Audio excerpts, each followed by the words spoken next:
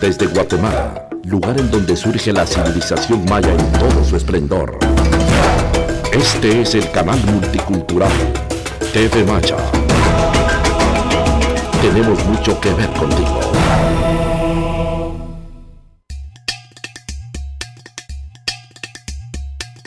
Los derechos humanos constituyen no una utopía para nuestro pueblo.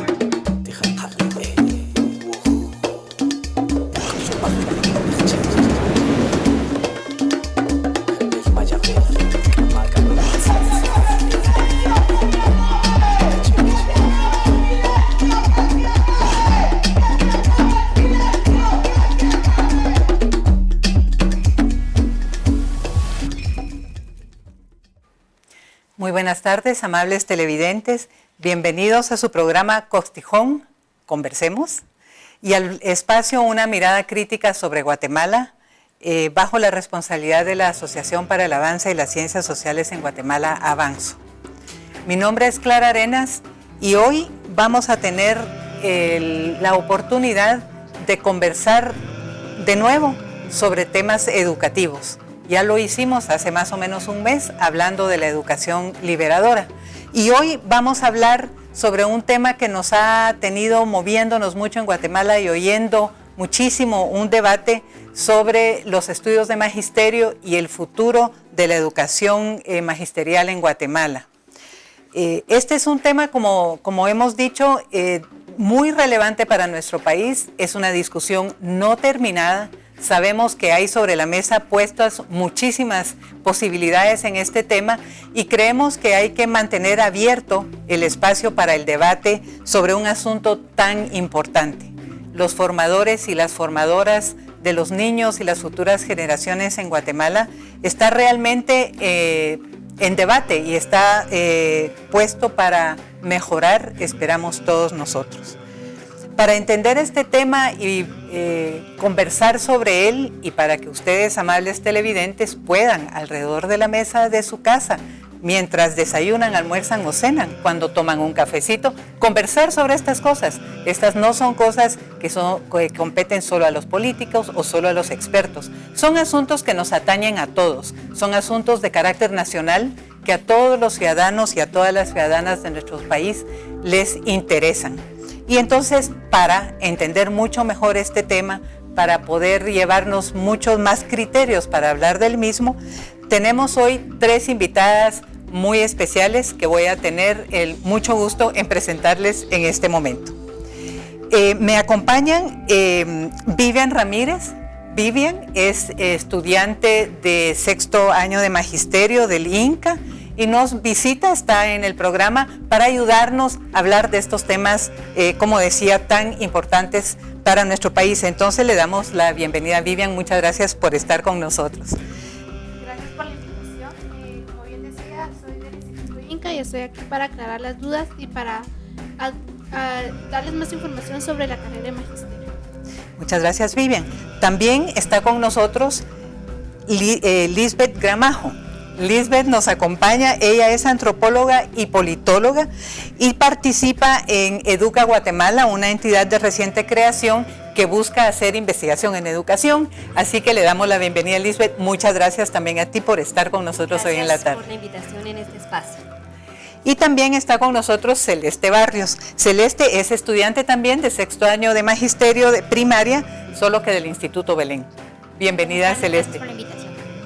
Bueno, entonces este es el panel con el que el día de hoy vamos a tratar entonces este importantísimo tema que hemos llamado, para provocar en ustedes, amables televidentes, algunas reflexiones: el derecho a la educación, voces de los y las protagonistas. Sin embargo, antes de entrar en el tema, la producción de este programa nos ha preparado un video que vamos entonces a ver y a continuación vamos a comenzar nuestra discusión. Veamos entonces el video.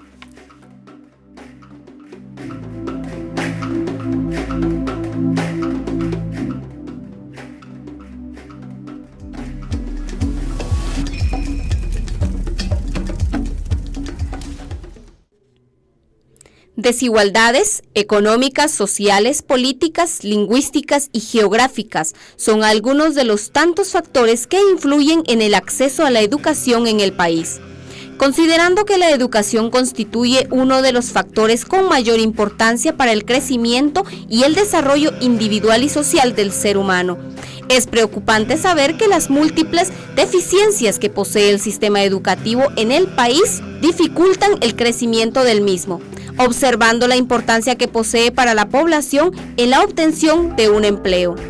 La Constitución Política de Guatemala establece en su artículo 71 derecho a la educación, el cual indica: se garantiza la libertad de enseñanza y de criterio docente. Es obligación del Estado proporcionar y facilitar educación a sus habitantes sin discriminación alguna. Y en su artículo 74, educación obligatoria.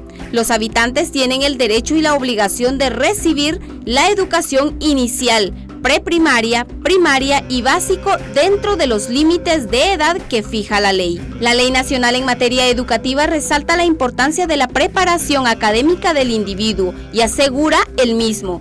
La realidad en que vivimos es distinta. Los derechos los poseemos, pero el Estado no cumple con su función y no da garantías a la población. ¿Cuáles son los mayores obstáculos para que exista equidad en el sistema educativo? ¿Qué estrategias debemos utilizar para exigir al Estado el cumplimiento de sus obligaciones?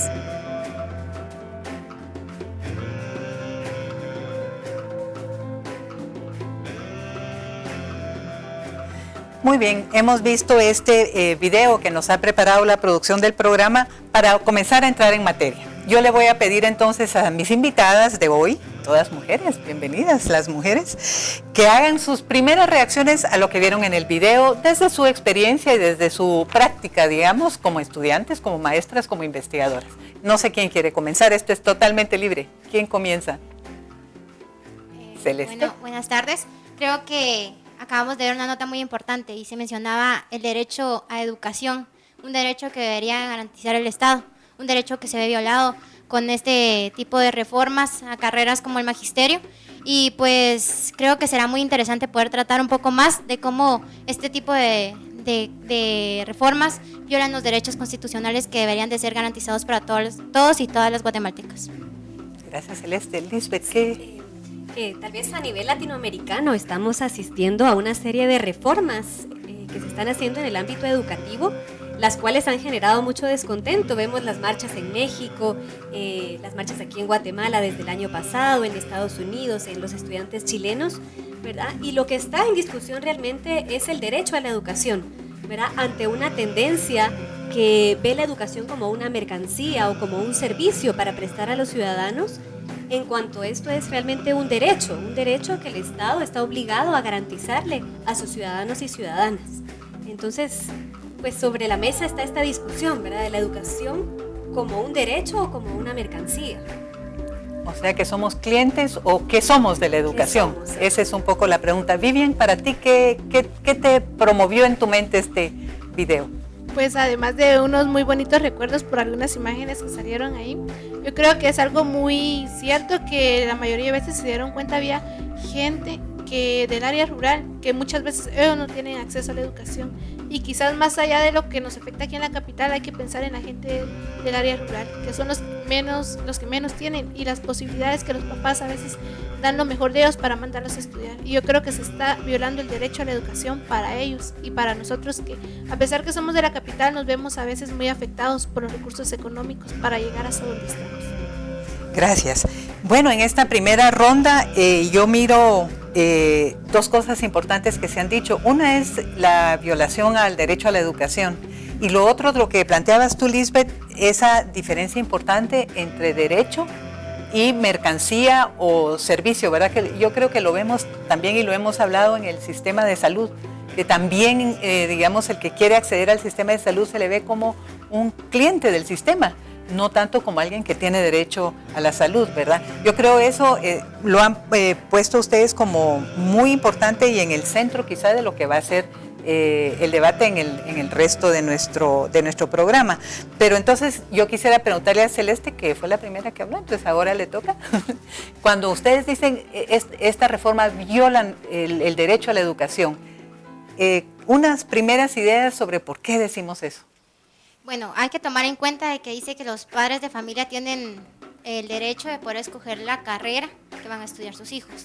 Con esto ya no existe magisterio, ya no existe que puedan escoger. O sea, si quieren ser maestros, tienen que seguir la carrera de bachillerato en educación, que dura 5 años. Y pues me refería a eso básicamente, de que pues el derecho es violado totalmente porque ya no tiene el acceso para todas y todos los guatemaltecos, sino que solo cierto tipo de estudiante o cierto tipo de ciudadano podrá tener el acceso a la misma. A eso era lo que quería llegar. Yo te preguntaría, Vivian, porque a mí me parece muy interesante que se entienda la violación al derecho como la imposibilidad de escoger lo que uno quisiera. Ahora, hay ideas que dicen un estudiante tan joven realmente todavía no sabe exactamente qué quiere y mejor estudiar algo más general. ¿Qué pensarías tú de ese argumento? Yo creo que muchas veces se nos ha discriminado en eso, que por ser jóvenes piensa la gente que no sabemos qué queremos, pero yo creo que están muy equivocados. Ya tenemos conciencia y sabemos qué es lo que queremos. Como se decía, hay muchas compañeras en nuestros institutos que están siguiendo una carrera, por ejemplo, bachillerato en educación, magisterio infantil, y realmente no dan una sola en esa carrera, porque se fueron ahí porque no tenían otra opción. O se los digo así, hoy fue nuestro último día en el instituto. Muchos dijeron, yo entré no queriendo ser maestra, pero ahora soy. Y otras, yo entré porque mis papás me obligaron. Entonces yo creo que muchas veces como jóvenes tenemos que saber qué es lo que queremos, agarrar lo que nosotros queremos, no pensando tal vez en nosotros, sino en mejorar nuestro país. Lisbeth, para complicar un poco esto para nuestros televidentes que van a estar debatiendo seguramente sobre este tema, esta posibilidad de escogencia que nuestras compañeras aquí han subrayado, ¿cómo se ve desde la perspectiva de las necesidades de reforma, que yo creo que sí hay consenso en que son necesarias? Claro, sí. Sí, yo creo que también detrás de la discusión está este tema de la calidad educativa, ¿verdad? Se justifica muchas veces que la calidad educativa se va a lograr con maestros mejor preparados, ¿verdad? Y esto está un poco detrás de esta reforma al magisterio, ¿verdad? La idea de que hay que reformar la carrera porque necesitamos mejores maestros para que mejore la calidad educativa, ¿verdad? Entonces, ampliando, como decía Celeste, esta carrera a 5 años, justificando también, como tú decías, que los jóvenes a esa edad no pueden elegir o que tienen que madurar más o que hay que ampliarlo, ¿verdad? Pero no tomando en cuenta otros factores que hay también al lado, ¿verdad? La calidad educativa no solo la garantizan maestros mejor preparados o maestros formados durante más años o maestros formados a nivel universitario, ¿verdad? Hay otros aspectos detrás de la calidad educativa. Hay aspectos que realmente corresponden al Ministerio de Educación en cuanto a infraestructura, en cuanto a material, en cuanto a condiciones, en cuanto a pensum de estudios incluso, ¿verdad? Entonces, hay ahí una justificación detrás de si reformamos la carrera del magisterio, vamos a conseguir la tan anhelada calidad educativa sin tomar en cuenta otros factores, ¿verdad? Y muchas veces poniendo en esa posición difícil a tantos jóvenes del país que realmente no tienen mayores oportunidades de acceso a una educación y negándoles así una formación como maestros que puede también ser un futuro para ellos. Sí, yo he escuchado que la formación de maestro no es necesariamente porque va a ir a dar clases literalmente al año siguiente que se gradúan. Muchos buscan ir a la universidad, pero la formación de maestra, Celeste, ¿cómo ves tú que fortalece la formación de un joven de la secundaria? Bueno, creo que cuando uno entra a la carrera de magisterio es un cambio totalmente distinto, porque ya no es solo recibir clases tan teóricas, sino que vienen más prácticas y humanísticas, porque van enfocados a lo que va a ser el estudiante, lo que van a ser nuestros alumnos en algún momento. Entonces creo que algo bien importante de mencionar es que muchas veces lo que dijo Lisbeth, como que se relaciona la calidad educativa que la vamos a lograr con más años de estudio y con todo eso, pero no, va mucho, mucho más allá. Van maestros que de verdad formen a personas críticas, que formen a personas que amen estudiar eso, que amen la educación, que amen sentarse a darle clases a un niño o a darle clases a a cualquier niño, pese a las necesidades educativas especiales que en determinado momento tenga. Entonces, sí es bastante el cambio, digamos, de básicos a una carrera tan humanística como lo es magisterio. Ajá. Y en este tema, Celeste nos habla de lo humanístico. Yo te quiero preguntar a ti lo de la vocación. Pues yo creo que vocación no es solo venir y decir voy a ser maestra porque voy a tener un sueldo o porque voy a trabajar al otro año como se lo decía. Vocación se refiere a querer amar a los niños y levantarse todos los días, día a día, uno con la esperanza y con la sonrisa de irle a dar clases a los niños. Que sinceramente lo que usted haga o como usted los forme va a ser lo que va a marcar su vida para siempre. Y entonces no es solamente de venir y decir otra vez me toca que ir a trabajar, sino levantarse con un entusiasmo, irle a dar a los niños lo que usted sabe, mejorar eso, aprender de ellos y que ellos aprendan de usted. Entonces sí, yo miro, Lisbeth, a ver si tú estás de acuerdo conmigo en este último minuto que nos queda en este segmento, que estamos hablando con mucho entusiasmo de la vocación del ser maestro.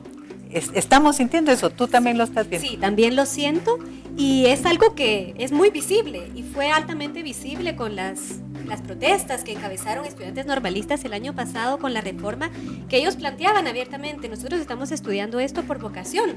Probablemente hay quienes pues no necesariamente lo estudian por vocación, pero sí vemos en gran cantidad de jóvenes que existe esa vocación, existe ese interés por esta carrera y por el humanismo que hay detrás de ella.